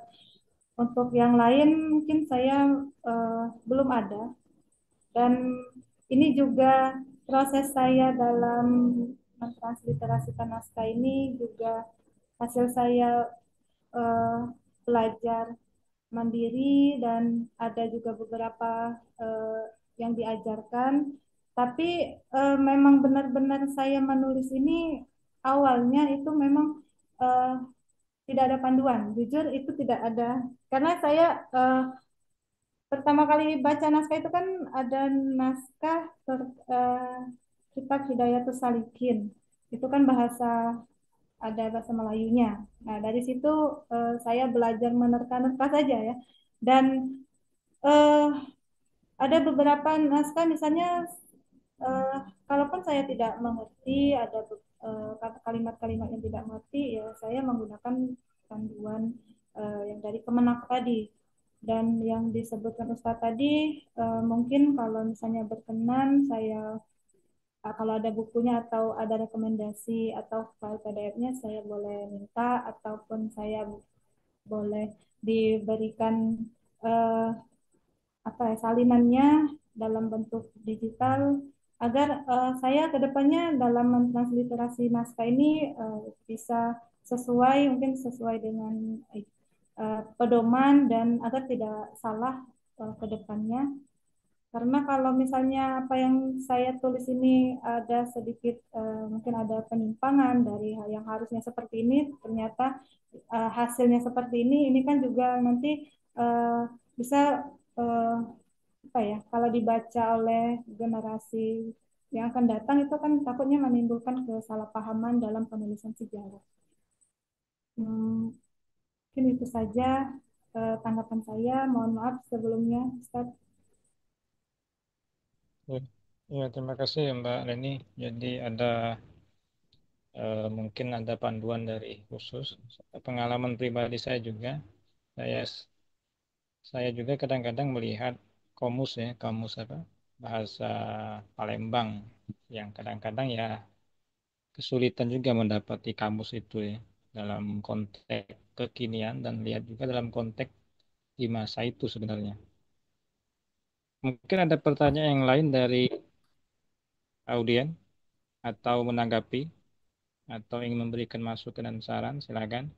Kita masih ada waktu 20 menit lagi sebelum kita mengakhiri acara kita pada malam hari ini.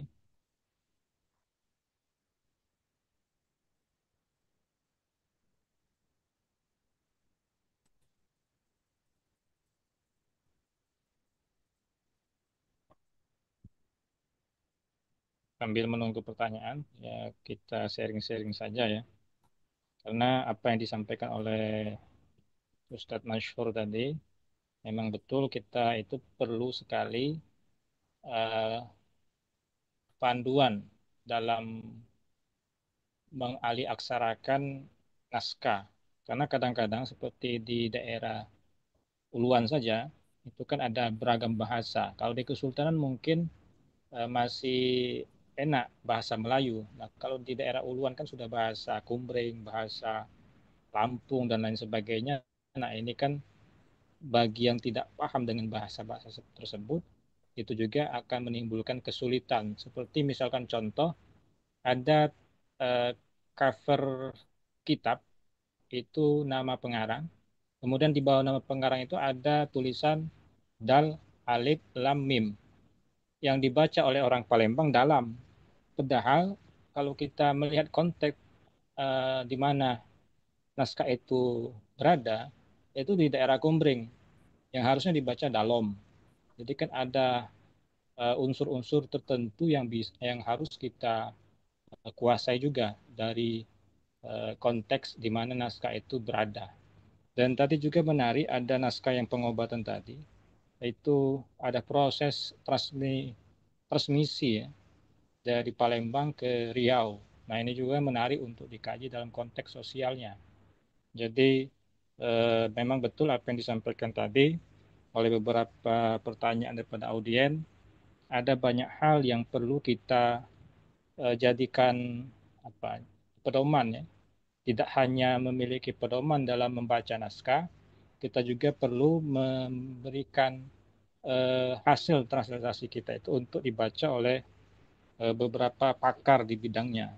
Karena apa yang kita lakukan nanti tentu akan dibaca oleh publik. Nah, itu. Saya kira pengalaman-pengalaman yang disampaikan oleh Mbak Leni ini memantik kita untuk tidak hanya apa tidak hanya menyimpan naskah, tapi juga bagaimana naskah tersebut bisa kita manfaatkan untuk dilakukan berbagai macam kajian, baik itu proses transliterasi dan sebagainya. Kalau di kampus sendiri, UIN Renpata itu pernah baru satu yang saya tahu ya, itu di transliterasi Hikayat Palembang. Itu kan berbagai macam eh, tokoh yang membantu dalam mentransliterasi itu. Tidak satu, dua, tiga orang, tapi banyak apa, pembaca yang memberikan masukan, kemudian memberikan pembetulan terhadap kalimat-kalimat yang sulit untuk dibaca. Mungkin ada pertanyaan lain dari audien atau ada yang ditambahkan? Ya Boleh Mbak. Ya, bertanya? silakan. Iya, makasih Bray. Kak, ini jadi ingin tahu kan, tadi di Palembang itu juga pernah terjadi perkawinan dengan Demak.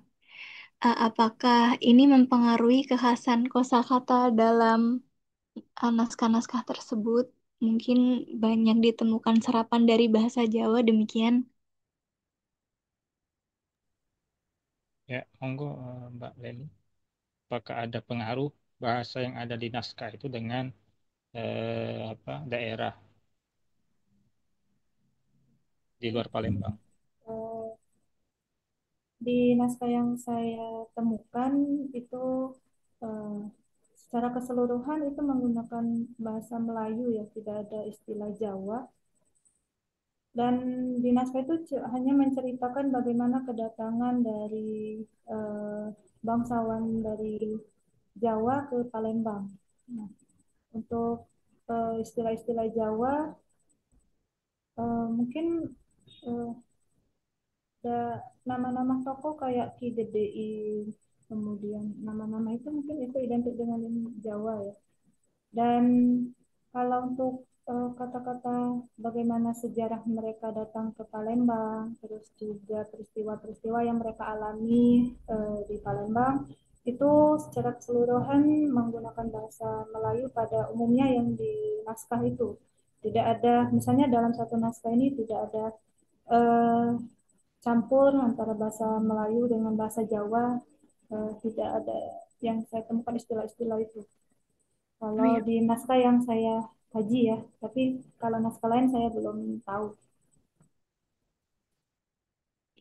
ya, ya, terima kasih keren sekali. Soalnya kemarin sempat dengar juga sharing-sharing di Lingkar Baca Jawi kebetulan, tapi genrenya sastra, jadi yang dibaca naskah apa syair Mambang Jauhari yang koleksi Leiden CODOR 1896 ada beberapa kosakata serapan Jawa gitu. Tapi mungkin karena genre-nya sastra memang berbeda ya kan. Kalau kakak lebih ke silsilah dan sejarah historis yang mungkin tidak membutuhkan banyak kosakata Jawa. Bener, maksudnya dalam artian ditulis oleh orang Melayu begitu ya kak? Ya. Ya. Iya, mungkin seperti itu ya. Karena saya sendiri kalau mengkaji apa syair itu belum saya temukan kalau untuk naskah fisiknya di Kesultanan. Ada hanya penggalan naskah syair Sultan Mahmud Badarudin itu yang ada di naskah silsilah, tapi itu menggunakan bahasa Melayu. Nah, mungkin eh, karena itu tadi, karena yang penulisnya tadi orang Melayu dan eh, kalimat atau kata-kata juga yang digunakan atau bahasa yang digunakan itu eh, bahasa Melayu. Ya baik, ya keren sekali, makasih kak. Ya, Ya, mungkin ini pertanyaan terakhir ya dari Bang Dodi. Silakan, Bang.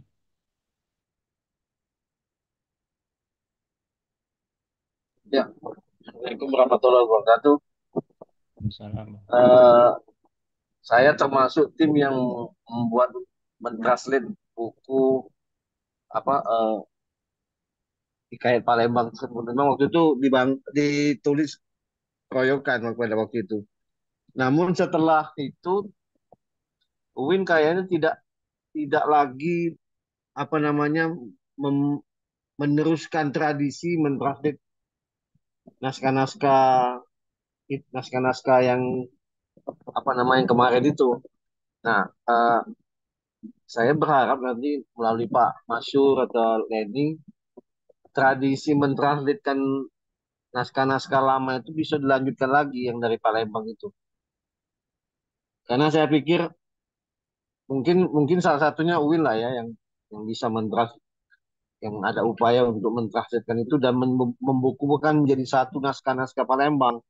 Karena kan saya lihat naskah-naskah Palembang ini tersebar di berbagai lembaga kayak di Perpusnas, Andri, dan itu belum ada yang menjadikan satu apa namanya naskah-naskah tersebut. Nah, yang terpenting adalah dengan kita tahu dengan ditranslatekan itu, maka kita tahu akan bagaimana kejadian masa lalu terhadap perkembangan Kesultanan Palembang di masa lalu. Itu yang penting.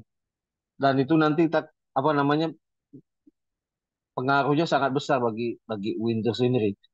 Nah, selain naskah Arab Melayu ini, saya juga melihat masih banyak peluang-peluang dari naskah-naskah lain yang bisa ditranslatekan. Bukan hanya dari bahasa Arab Melayu juga. Saya tuh dapat beberapa dokumen punya CIA, Central Intelligence Agency Amerika di tahun 60-70, bagaimana mereka membuat dokumen-dokumen rahasia tentang Palembang pada waktu itu, terutama waktu masa revolusi. Itu juga belum ada sampai sekarang yang serius mentranslatekan itu, walaupun itu dalam bahasa Indonesia. Nah, ini masih banyak tantangan ke depan yang perlu kita lakukan untuk mentranslatekan naskah-naskah ini, bukan hanya Arab Melayu, juga naskah-naskah di luar Arab Melayu yang kaitannya dengan Palembang untuk memperkuat Palembang. Itu saja, makasih warahmatullahi. Assalamualaikum warahmatullahi wabarakatuh. Colek Cik Ari itulah, Dun. Jadi, Ah, colek Cik Ari iya itulah. Pak. Wong pusat dia tuh. Dia ngedem-ngedem dia ada dia tuh. Colek Iya, Cik Ari mana itulah. Pak? Coba komen komen dulu, monggo. Ya, Coba monggo. komen dulu, monggo. Ada yang mau menanggapi silakan. Karena yang terakhir setahu saya di pasca itu ketika itu mentranslate tentang Raden Patah, tapi enggak ada lagi sekarang. Iya, Enggak, ya enggak ada kabar lagi. Nah, itu. memang harus dilanjutkan tradisi mentranslatekan itu harus jadi satu buku itu harusnya Win itu. Iya. Di Pak Masur inilah yang jadi Ah, kau lah dia Potong. omong ke Cak Ari itu lah.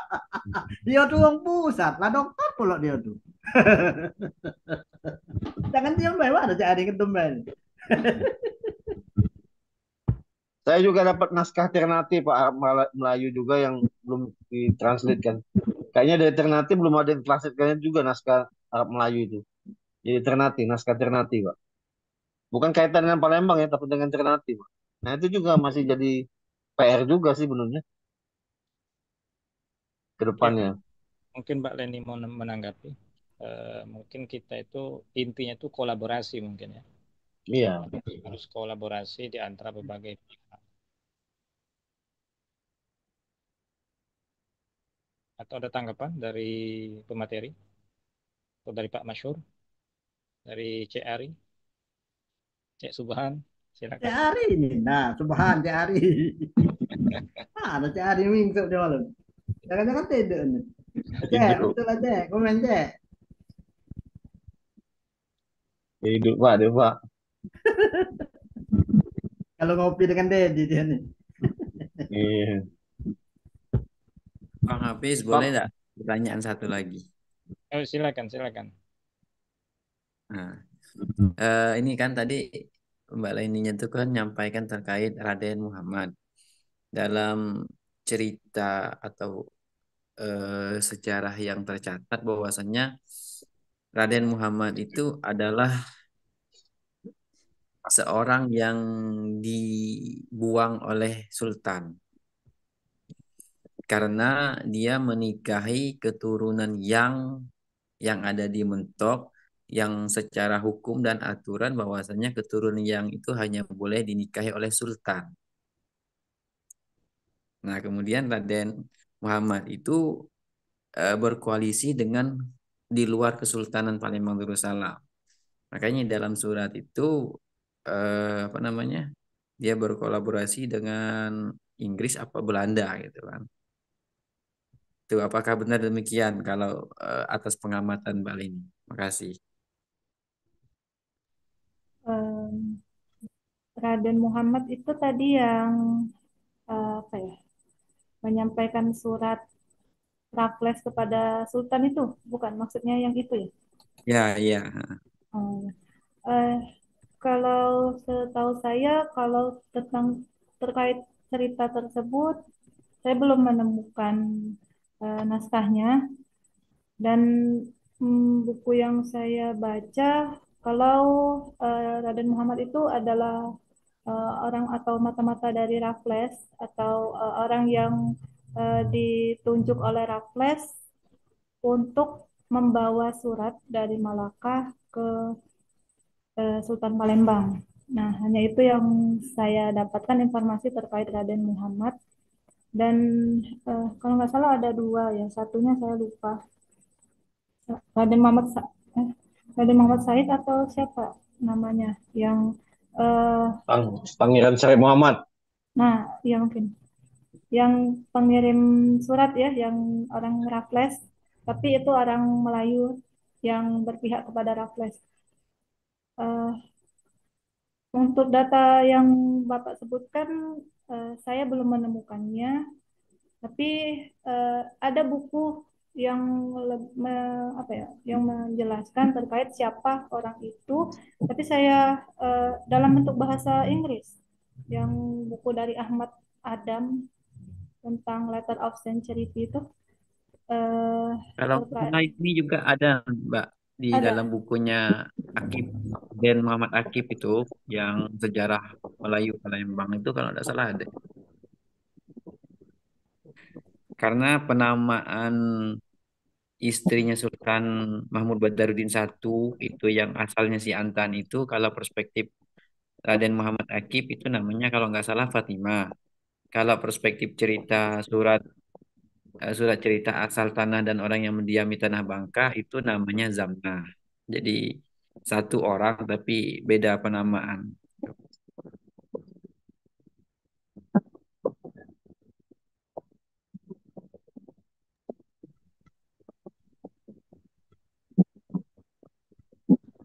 Gimana, Mbak?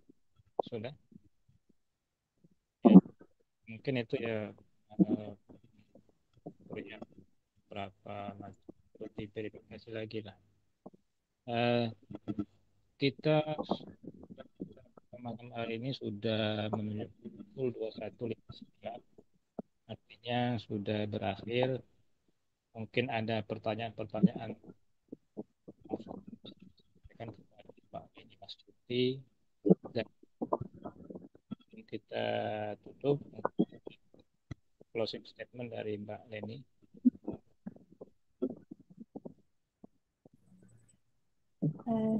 Terima kasih untuk masukan dan saran dalam acara ini. Saya sangat berterima kasih. Ini memberikan apa ya, ilmu baru dan eh, pengalaman yang baru bagaimana proses untuk selalu eh, memperbaiki terutama dalam hal transliterasi naskah agar apa yang dihasilkan ini eh, selain bisa bermanfaat juga bisa apa ya, sesuai dengan sejarah yang ada dan tidak apa ya, tidak menyimpang. Dan dari pengalaman yang eh, saya pelajari terkait transliterasi itu harus selalu tekun belajar mengkaji naskah, walaupun nanti ada beberapa naskah yang kurang dimengerti, ya kita bisa bertanya kepada ahlinya. Dan jangan apa ya, jangan lupa untuk selalu selalu dan selalu belajar. Itu saja karena saya eh, masih pemula ya. Jadi eh, bertemu dengan orang-orang yang hebat di sini itu sangat luar biasa bagi saya. Oke, terima kasih. Kembali ke moderator, silakan. Ya, terima kasih kepada pemateri kita pada malam hari ini telah menyampaikan paparannya yang menarik dan dapat berbagai macam pengalaman yang dapat kita lakukan ya. Untuk malam besok kita akan sama mengadakan kegiatan dengan tema Jaringan Ulama Palembang, Jambi Palembang berdasarkan sumber-sumber naskah yang akan dilaksanakan pada pukul 8 malam hingga 10 malam.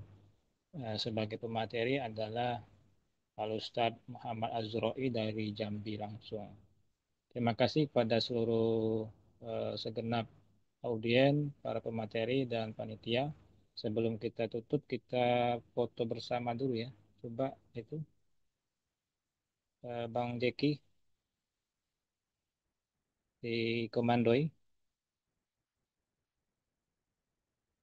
atau Kak Subhan.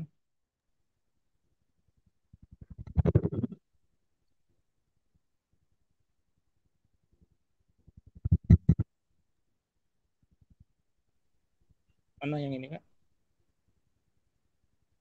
Jekinya.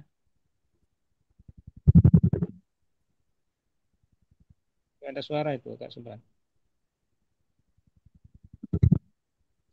Suaranya tidak ada, mendem. Mungkin Wendy bisa bantu ya. Ya, Wendy. Ini kebetulan tombol keyboard tuh bermasalah.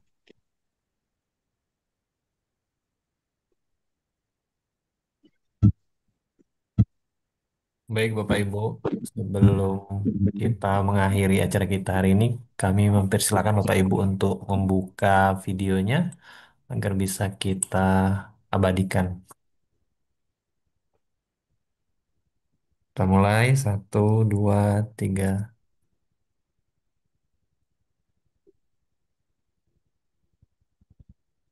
Baik, terima kasih Bapak Ibu. Ya, terima kasih kepada seluruh peserta dan pemateri. Kita akhiri dengan mengucapkan Assalamualaikum warahmatullahi wabarakatuh.